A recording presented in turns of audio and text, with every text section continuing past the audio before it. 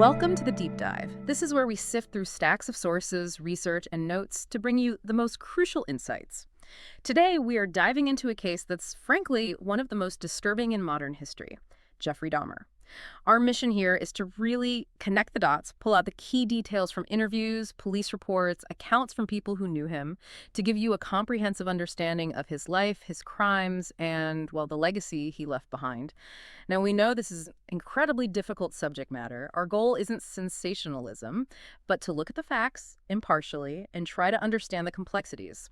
We start in Milwaukee, July 1991, a moment that ripped the veil off a horrifying 13-year reality. So to begin, where do we even start with Jeffrey Dahmer? How did this whole dark story begin?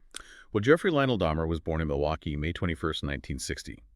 His parents, Lionel and Joyce, described his very early childhood as pretty joyful, actually. But things seemed to shift significantly after he had hernia surgery just before he turned 4. Right, he became more withdrawn. Exactly. Yeah. Noticeably more timid, reclusive. And added to that, his parents' marriage was extremely turbulent. They were described as constantly at each other's throats. That sounds like a tough environment. It was. His mother, Joyce, she struggled with severe anxiety, depression, and a pretty serious addiction to prescription medications, often left her heavily sedated. So Jeffrey often felt ignored, lacking that essential affection. Paints a picture of real isolation early on. And it seems like that isolation paired up with a really unsettling curiosity pretty quickly, didn't it? It did. From a very young age, he developed this morbid fascination with death. It started, maybe innocently enough, collecting dead insects, but it escalated, dissecting fish. And his father, Lionel, who was an analytical chemist, sort of inadvertently encouraged this. How so? He actually showed Jeffrey how to use chemicals, bleach, and things to preserve animal bones. But it took a much darker turn later, in his teens, when they lived in Ohio. He found a mutilated dog in the woods. He opened it up and chillingly later impaled its skull on a stick. That's a profound early sign. That's incredibly disturbing. A huge leap from insects. What about his social interactions? Was there any semblance of a normal childhood there? Not really, no. School friends often called him odd, strange. They noted a real lack of empathy. There were stories of him laughing when other kids got hurt. So this social isolation grew, and it was complicated by severe alcoholism, starting really young, like 14 or 15. Already drinking heavily. Yeah, bringing whiskey to school. He claimed he drank to repress disturbing thoughts. And then there was that bizarre Dahmer fan club. Some classmates actually encouraged him to fake epileptic seizures, mimicking his mother's real ones. They thought it was funny. Apparently. Yeah. And he seemed to see it as some kind of acceptance, even though he was still the school weirdo. So he's isolated, dealing with alcoholism, this dark fascination, and trying to figure out who he is. How did his developing sexuality fit into all this? Well, he realized he was homosexual at a young age, but kept it completely secret, probably due to the intense social stigma back then. His fantasies, already dark, started to involve dominance, control, non-consensual acts. And these weren't just thoughts. No, they started manifesting. At 16, he stole a preserved pig fetus from the biology lab, caused a bit of a scandal at school. And even more chillingly, around that time, he actually hid behind some bushes with a baseball bat. He intended to knock out a man he saw jogging past his house. He almost acted on it. He almost did. His first real near attempt to act out these violent fantasies, it shows how close he was years before the first actual murder. That's a truly disturbing precursor. We've traced these early signs, but there's always that point where fantasy becomes horrific reality. When did he finally cross that line? What led to the first murder? The context is really key here. June 1978. Dahmer's 18, just graduated high school. His parents' divorce was finalized. His mom and younger brother David moved out. His dad was staying in a motel. So Jeffrey was completely alone in the family house. Isolated, no money, no food. Just abandoned, essentially. Pretty much. On June 18th, he picked up Stephen Hicks, 19 years old, who was hitchhiking to a rock festival. Dahmer invited him back to the house, drink, listen to music. But when Hicks wanted to leave, Dahmer panicked. Didn't want to be alone again. And that's when he attacked him, struck him twice in the back of the head with a 5-kilogram barbell, then strangled him with the bar. Horrific. And the disposal of the body, what does that tell us about his state of mind right after? The disposal was methodical and just as gruesome. He hid the body in the attic initially, but the smell became overpowering. So he moved it, dismembered it with a knife he bought, buried parts in the backyard. Then, worried kids might find them, he dug them up again, pulverized the bones with a sledgehammer, scattered them in the woods. He even dissolved the flesh in acid, flushed it down the toilet. The calculation involved, right after the first kill. It's chilling. Just jumped right into that level of concealment. Exactly. And incredibly, shortly after, he was actually pulled over by police. Suspected DUI. He had body parts in plastic bags in his car, heading to a landfill. No, how did he? He passed a breathalyzer. And the police, maybe just small-town procedure then, didn't search the car, let him go. Unbelievable. That close call right after the first murder. What effect did that have? Did it lead to a period of, well, apparent quiet? It was huge for him. Dahmer himself called that first murder a milestone. He realized he could kill. He described it as almost addictive. He was ready to do it again. But despite that internal shift externally, there was almost a decade of apparent calm. No known murders.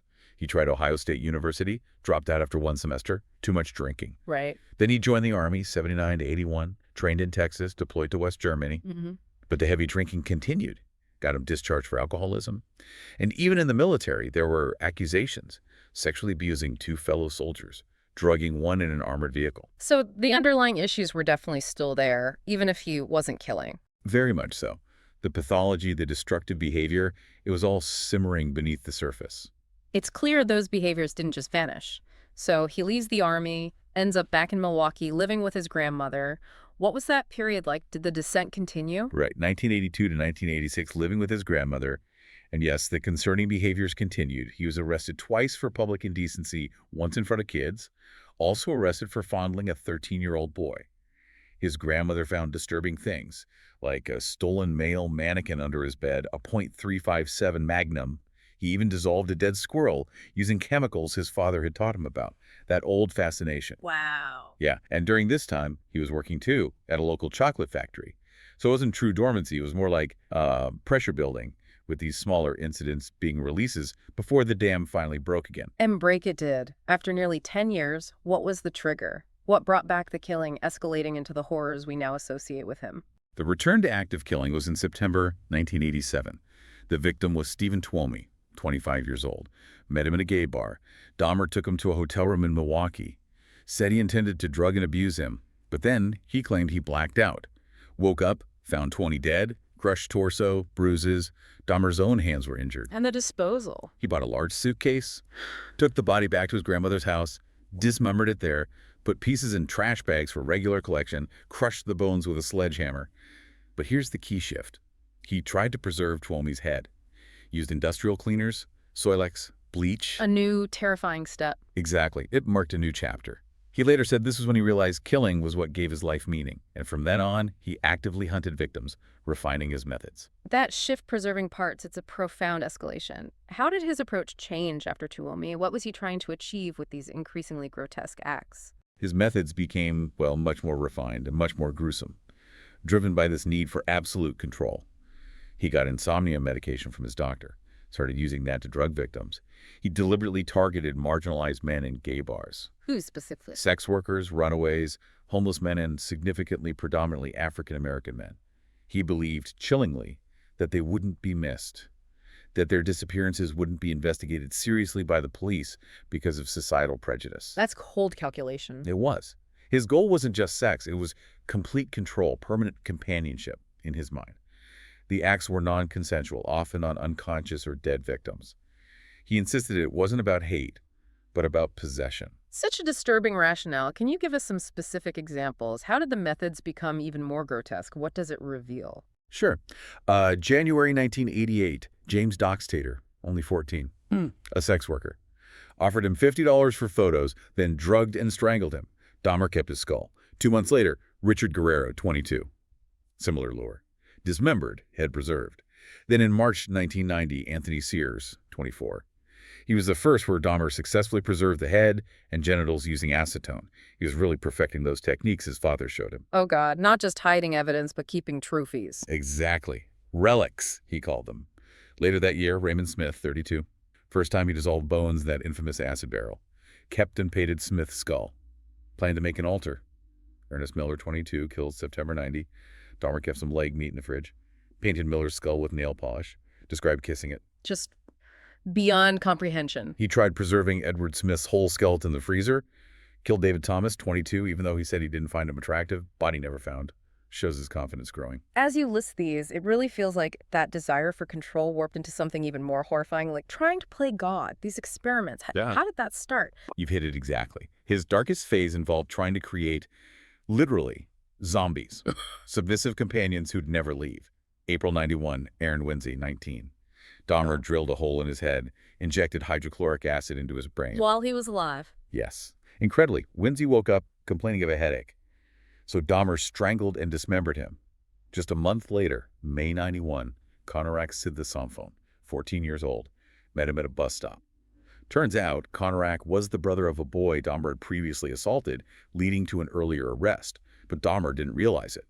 Drugged him, drilled a hole, injected acid into his frontal lobe, calculated attempts to create his ultimate twisted fantasy. And this leads directly to that infamous tragic incident with the police, doesn't it? Where he almost got caught and where societal issues really came into play. It absolutely does. Conorak somehow, despite being drugged and injured, managed to escape the apartment. Naked, disoriented, ran into the street. 3 women found him, called 911 immediately. Dahmer showed up, and he just calmly, manipulatively convinced the officers, John Baltrazak and Joseph Gabers, that Conorak was his 19-year-old boyfriend. He lied about his age. Completely. Yeah. Said they'd had too much to drink, just a lover's quarrel. This was despite Conorak having an obvious head wound, bleeding from his anus, and the women desperately insisting something was seriously wrong. The officers noted the foul smell in the apartment, saw the boy's state, but they bought Dahmer's story. Why? It seems prejudice played a huge role. They treated it like a domestic dispute between a gay couple, didn't want to get involved. One officer reportedly just put a towel over Conorak and walked him back inside. They handed him back to Dahmer. They did. And as soon as they left, Dahmer injected more acid into Conorak's brain, killed him, dismembered him. It just forces you to ask, how much did bias and Dahmer's own ability to appear normal allow this to happen? That is a deeply disturbing question and a critical one. It shows how systemic failures can have fatal consequences. And speaking of things being missed, what about the neighbors during all this? Surely the smell, the sounds. Oh, they noticed. Absolutely. There were consistent complaints about a horrific smell, strange noises coming from Dahmer's apartment, apartment 213. But he always had an excuse. Broken freezer, bad fish he was throwing out. Somehow he managed to talk his way out of it every time. Even with that pervasive smell. Yes, some described it as rotting meat. It just speaks volumes about his audacity, his cunning, and maybe just the reluctance of people to believe the truly unbelievable, even when the signs are there. It's just staggering he wasn't caught sooner with those close calls and complaints. So after all those years, all those horrific acts, how did it finally end? How was he caught? In the weeks leading up to his arrest, Dahmer was spiraling. Increased anxiety, depression, daily thoughts of suicide. The killings became more frequent. June and July 1991 saw his last victims in quick succession. Matt Turner, Jeremy Wayberger, Dahmer injected boiling water into his skull. Boiling water? Yes. Oliver Law, whose heart and head he kept in the fridge. Joseph Breithoft, whose body he kept on his bed for 2 days. He'd also just been fired from the chocolate factory for absenteeism. Then on July 22, 1991, he targeted his final intended victim, Tracy Edwards, 32 years old. And Edwards, against all odds, escaped. How'd that happen? What was the sequence of events? Dahmer lured Edwards back to his apartment, promising money for nude photos. Edwards said he noticed the terrible smell right away, saw chemical containers, red flags went up. Dahmer then handcuffed one of Edwards' wrists, led him into the bedroom. That's where Edwards saw the Polaroid photos of dismembered bodies pinned up and the big blue drum, the source of the smell. Oh my God. Then Dahmer put his head against Edwards' chest and said, chillingly, that he was going to eat his heart. Unbelievable. How did Edwards get away? Dahmer got distracted. He put on a movie, The Exorcist III, apparently part of his ritual. He watched it constantly.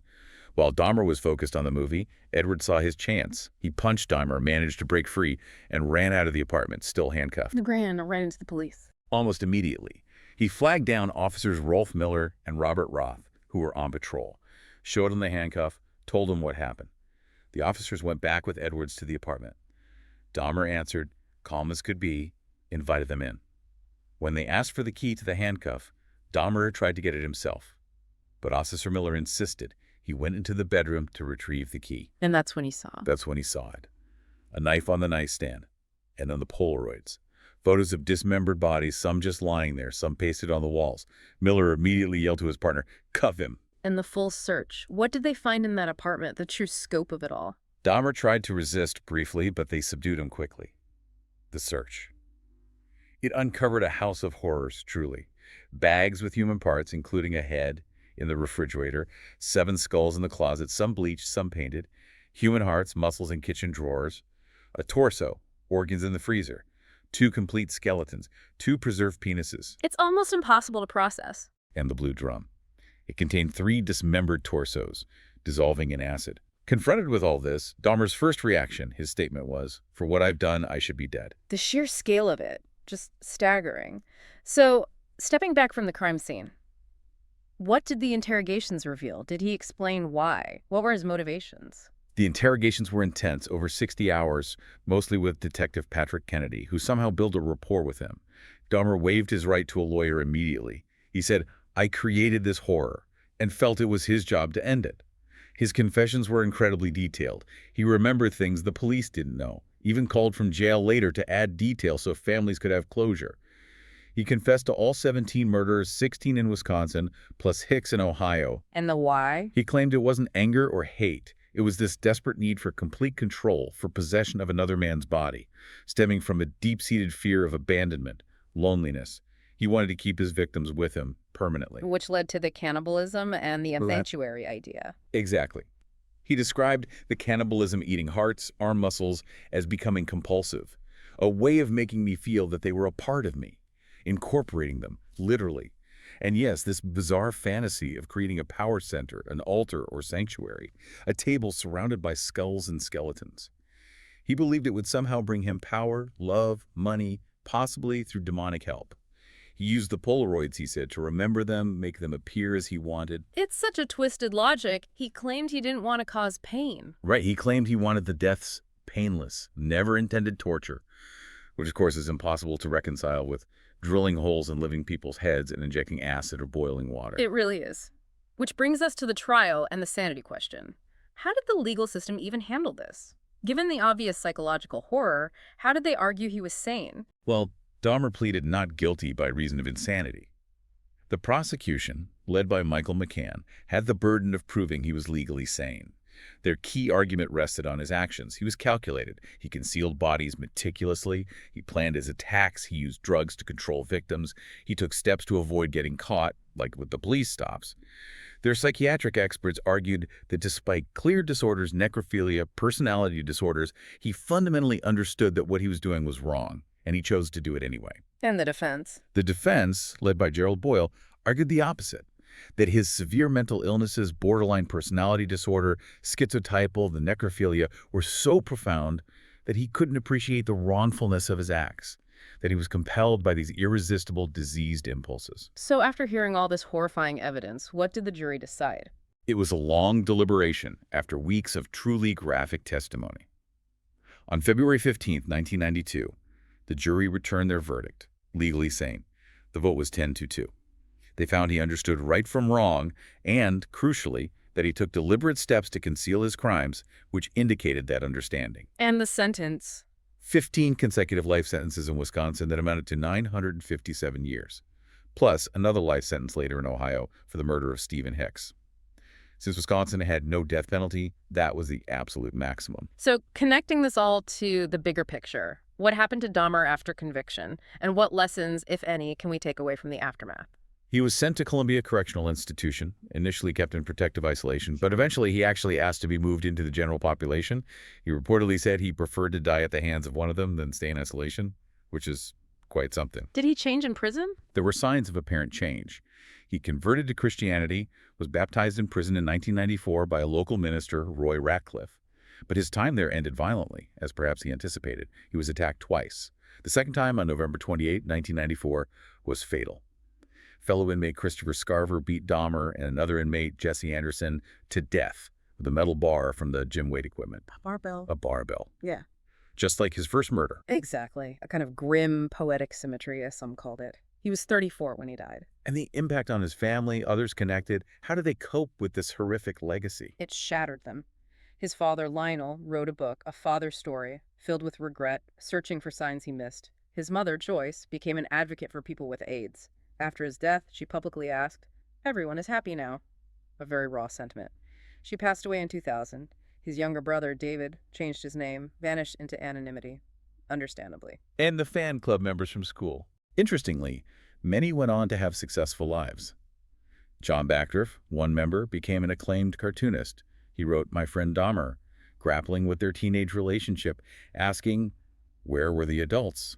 Expressing regret, but pointedly, not guilt.